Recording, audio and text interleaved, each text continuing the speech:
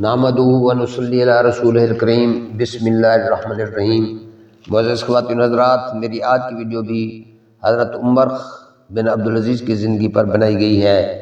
اس مرد درویش کے مزید حالات کچھ میرے علم میں آئے تو میں نے چاہا کہ آپ سے شیئر کروں، غور سے سنیے۔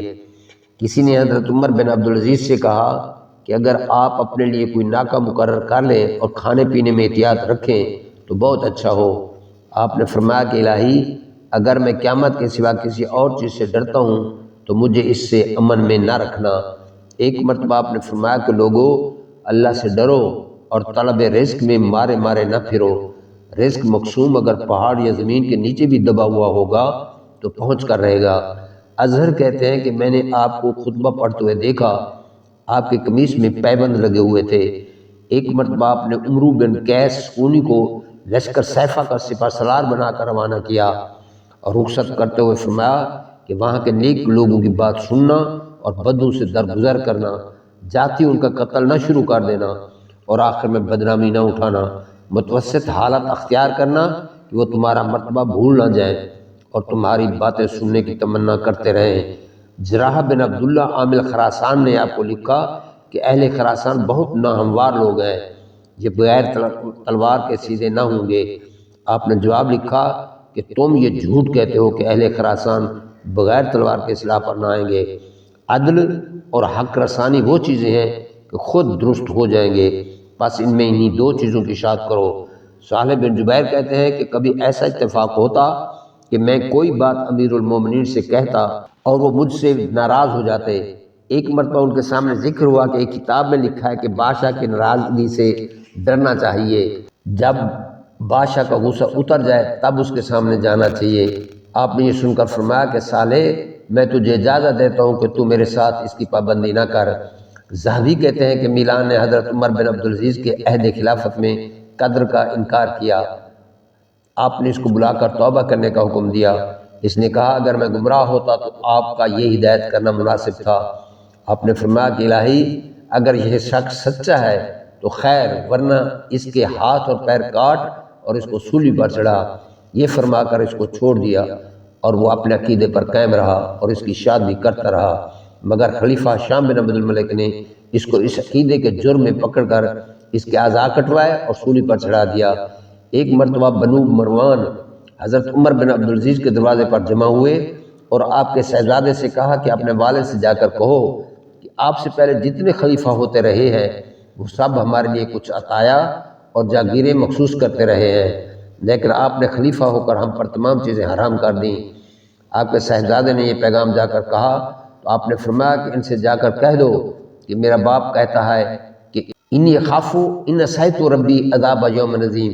یہ حقیقت ذہن نشین رہنی چاہیے کہ خوارج کا فتنہ مسلسل جاری رہا اور کسی زمانے میں بھی اس کا استحصال نہیں ہو سکا۔ جب کبھی کوئی زبردست خلیفہ تخت خلافت پر متمکن ہوا تو یہ لوگ خاموش ہو کر مناسب موقع کا انتظار کرنے لگے اور جب کبھی ان کو موقع ملا فوراً میدان میں نکل آئے۔ خوارج اور تمام خفیہ سازشوں اور بغاوتوں کے لیے عراق و خراسان وغیرہ ہی مخصوص رہے ہیں اور یہی اس نے پرورش پانے کے مواقع حاصل کیے ہیں، جیسا کہ آئندہ حالات سے بھی ظاہر ہوگا۔ بہرحال خوارج کبھی اعلانیہ اور کبھی خفیہ اپنی سرگرمیوں اور کوششوں میں برابر مصروف رہے۔ حضرت عمر بن عبدالعزیز تخت خلافت پر متمکن ہوئے اور آپ کی نیکی و پاک دامنی کا حال لوگوں کو معلوم ہوا تو خوارج بھی آپ کے اخلاق فاضلہ کو دیکھ کر شرما گئے اور انہوں نے خود یہ فیصلہ کیا کہ عمر بن عبدالعزیز جیسے صالح خلیفہ کے زمانے میں حکومت و سلطنت موجودہ کے خلاف کوئی انقلابی کوشش کرنا کسی طرح مناسب نہیں ہے۔ بہتر یہی ہے کہ جب تک یہ فرشتہ خصائل خلیفہ موجود ہے ہم اپنی سرگرمیوں کو ملتوی رکھیں۔ چنانچہ آپ کے عہد خلافت میں خارجیوں نے مطلق سر نہیں اٹھایا۔ ایک مرتبہ صرف خراسان میں انہوں نے سر اٹھایا تھا۔